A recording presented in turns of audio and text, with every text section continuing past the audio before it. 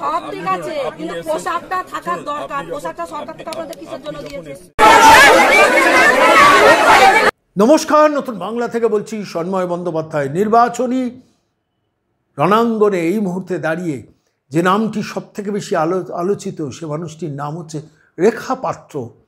প্রত্যন্ত সন্দেশখালীর গ্রাম থেকে উঠে আসা একজন মহিলাকে ভারতীয় জনতা পার্টি তাকে লোকসভার প্রার্থী করেছেন। অনেকে ব্যঙ্গ করেছেন, অনেকে বিদ্রুপ করেছেন। কলকাতার তথাকথিত ইন্টেলেকচুয়ালরা বুড়োটা কুচকে ছিলেন। তারা তো মিমিতে অভ্যস্ত, তারা নুসরাতে অভ্যস্ত। মমতা বন্দ্যোপাধ্যায় সেই অভ্যেসটা করিয়ে দিয়েছেন।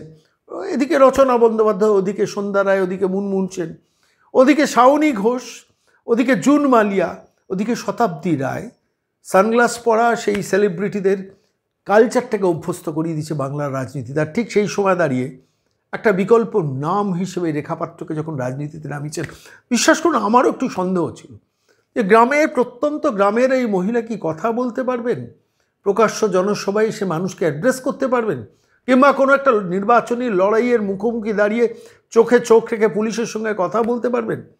গ্রামের রাজনীতিতে গ্রামের কোনো একটি ঘটনার প্রেক্ষিতে দাঁড়িয়ে তার কথা বলা এক জিনিস, কিন্তু যখন সারা ভারতবর্ষ তাকে দেখবে, সারা বাংলা যখন দেখবে, সারা পশ্চিমবঙ্গ যখন দেখবে, সমস্ত মিডিয়ার ক্যামেরা যখন তার দিকে তাক থাকবে, তিনি কিভাবে কথা বলবেন, এটা আমাকে কিন্তু ভাবিয়েছিল, বিশ্বাস করুন।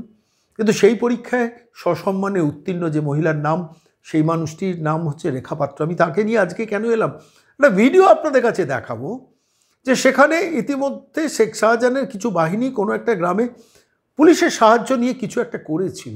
এক্স্যাক্ট ঘটনাটা আমি জানি না, কিন্তু তার প্রেক্ষিতে দাঁড়িয়ে সরাসরি পুলিশকে যেভাবে কাউন্টার করেছেন এবং যে ভাষায় কাউন্টার করেছেন, সৌজন্যের ভাষা, রুখে দাঁড়ানোর ভাষা, কিন্তু শালীনতা রক্ষা করে ভাষা, সেই ভাষা দিয়ে এবং সঙ্গে সঙ্গে মানুষকে বুঝিয়ে দিয়েছেন যে সামনের দিনে এমন একটি মানুষ কিন্তু এই বাংলার রাজনীতিতে আসছেন, যে মানুষটি কিন্তু মমতা বন্দ্যোপাধ্যায়কে আগামী দিনে ভাবাতে বাধ্য করবেন। আমি বলছি না মমতা বন্দ্যোপাধ্যায়কে কাউন্টার করার জন্য তার ফেসটা উঠে আসবে, আমি সেটা বলছি না। আমি যেটা বলতে চাইছি যে গ্রাম বাংলার প্রত্যন্ত অঞ্চলে যে মহিলাদের শুধুমাত্র ওই ওই ওই লক্ষ্মীর ভাণ্ডার দিয়ে আমি কিনে নিয়ে ভোটটা করছি, এই যে মনস্তত্ত্ব, এই মনস্তত্ত্বটাকে আক্রমণ করছেন। যে গ্রাম বাংলার মহিলাদের 1000 টাকা দিয়ে কেনা যায় না, 500 টাকা দিয়েও কেনা যায় না।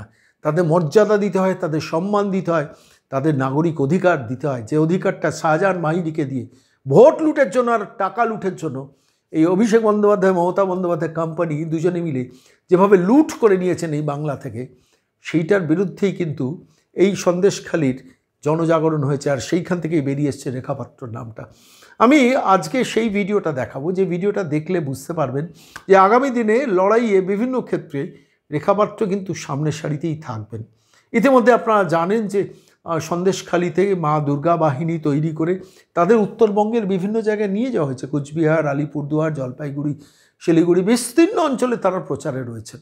তারা বাংলায় মমতা বন্দ্যোপাধ্যায় মহিলাদের কোন চোখে দেখেন, কিভাবে ব্যবহার করেন, সমস্ত ঘটনাটা তারা মাইক্রোফোনে দাঁড়িয়ে, প্রকাশ্য জনসভায় দাঁড়িয়ে, সেখানে দাঁড়িয়ে বারংবার উচ্চারণ করছেন, কথা বলছেন।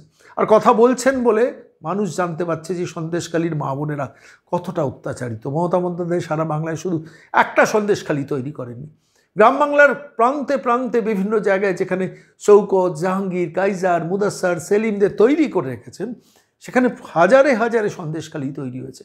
আর সেই সন্দেশখালীটাই একটা প্রতীক হিসেবে বেরিয়ে এসছেন জেলিয়াখালী সন্দেশখালীর মহিলারা। তারা ছুটে গেছেন উত্তরবঙ্গে পর্যন্ত, সেখানে দাঁড়িয়ে তার বিক্ষোভের কথা, বিদ্রোহের কথা, যন্ত্রণার কথা বলেছেন। এবং বলার পর আমরা দেখেছি সেখানে শুভেন্দুর পাশে দাঁড়িয়ে যখন তারা বলছেন, শুভেন্দু চোখ মুছছে, সে দৃশ্যও আমরা দেখেছি।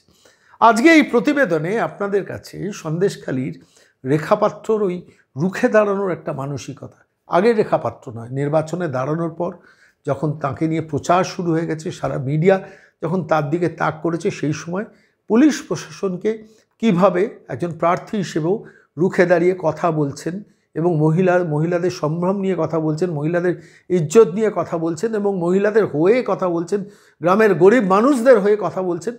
এই লড়াইটাই কিন্তু দেখার মতো লড়াই, বিশ্বাস করুন। আমার মনে হলো ভিডিওটা আপনাদের দেখানো দরকার এবং অবশ্যই মেসেজটা খুব পরিষ্কার যাচ্ছে।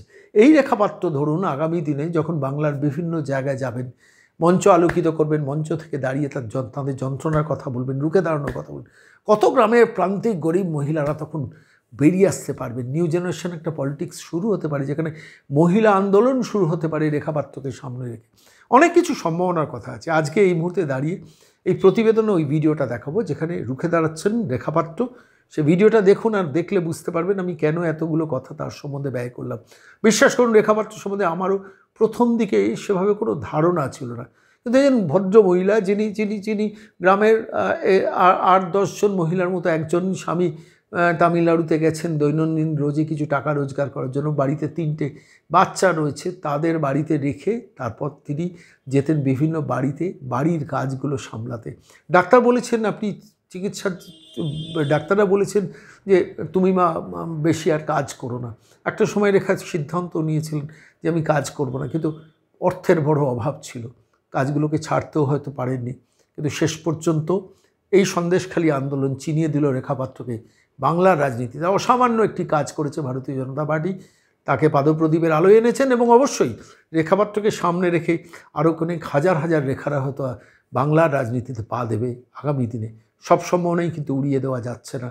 এবং আজকে চলুন সে ভিডিওটা দেখি যেখানে রেখা পাত্র কীভাবে রুখে দাঁড়াচ্ছেন, পুলিশ প্রশাসনকে চোখে চোখ রেখে কথা বলছেন, সেই দৃশ্যটা দেখি। সব ঠিক আছে, কিন্তু পোশাকটা থাকার দরকার। পোশাকটা সরকার থেকে আপনাদের কিসের জন্য দিয়েছে?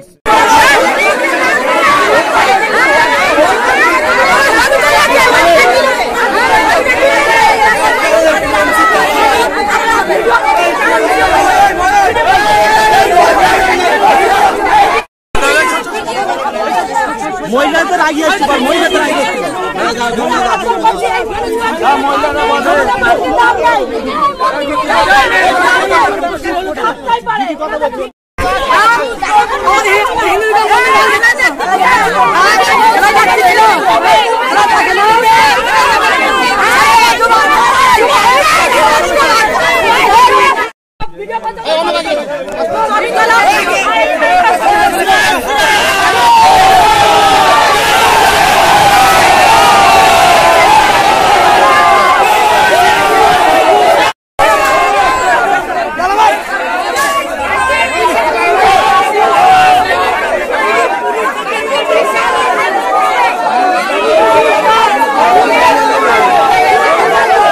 আবার এখানে মহিলারা আক্রান্ত হচ্ছে তৃণমূলের দুষ্কৃতীর হাতে, মানে কি বলবেন?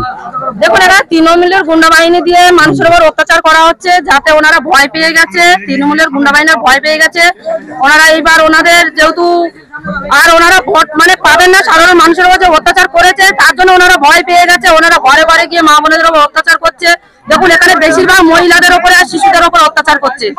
তো আমরা একটাই কথা বলবো, আজকে এই যে মানুষের উপর অত্যাচার করছে এই তৃণমূলের গুন্ডা বাহিনীরা, এদেরকে একটাই আমরা বার্তা দেবো যে সাবধান হয়ে যান, কেননা আপনাদের অপরাধের সীমা লঙ্ঘন করে যাবেন না। আপনারা অনেকটাই সীমা পেরিয়ে গেছেন। এইবার যেটা হবে সেটা খুব খারাপ হবে, কেননা এবার লোকসভা ভোটের পরে আপনাদের এখান থেকে হাঁটতে হবে, কোনো আশ্রয় আর পাবেন না। এবার মা বোনেদের শক্তি স্বরূপের রূপ জাগ্রত হয়েছে। এখানে মা কালী, মা দুর্গাদের মতো মানুষেরা, মেয়েরা এখানে রূপ দেখিয়েছে।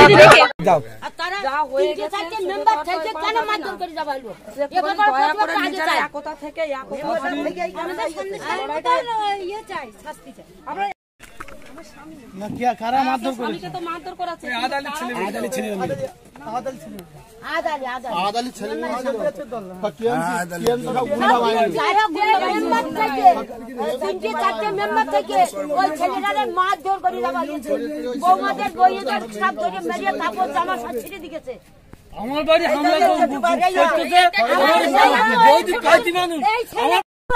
প্রতিবন্ধী তবু বিছানার মাধ্যমে ওনারা তো কেউ বাড়িতে নেই। হ্যাঁ, অনেক বাচ্চা কাটা আছে, এই দেখো।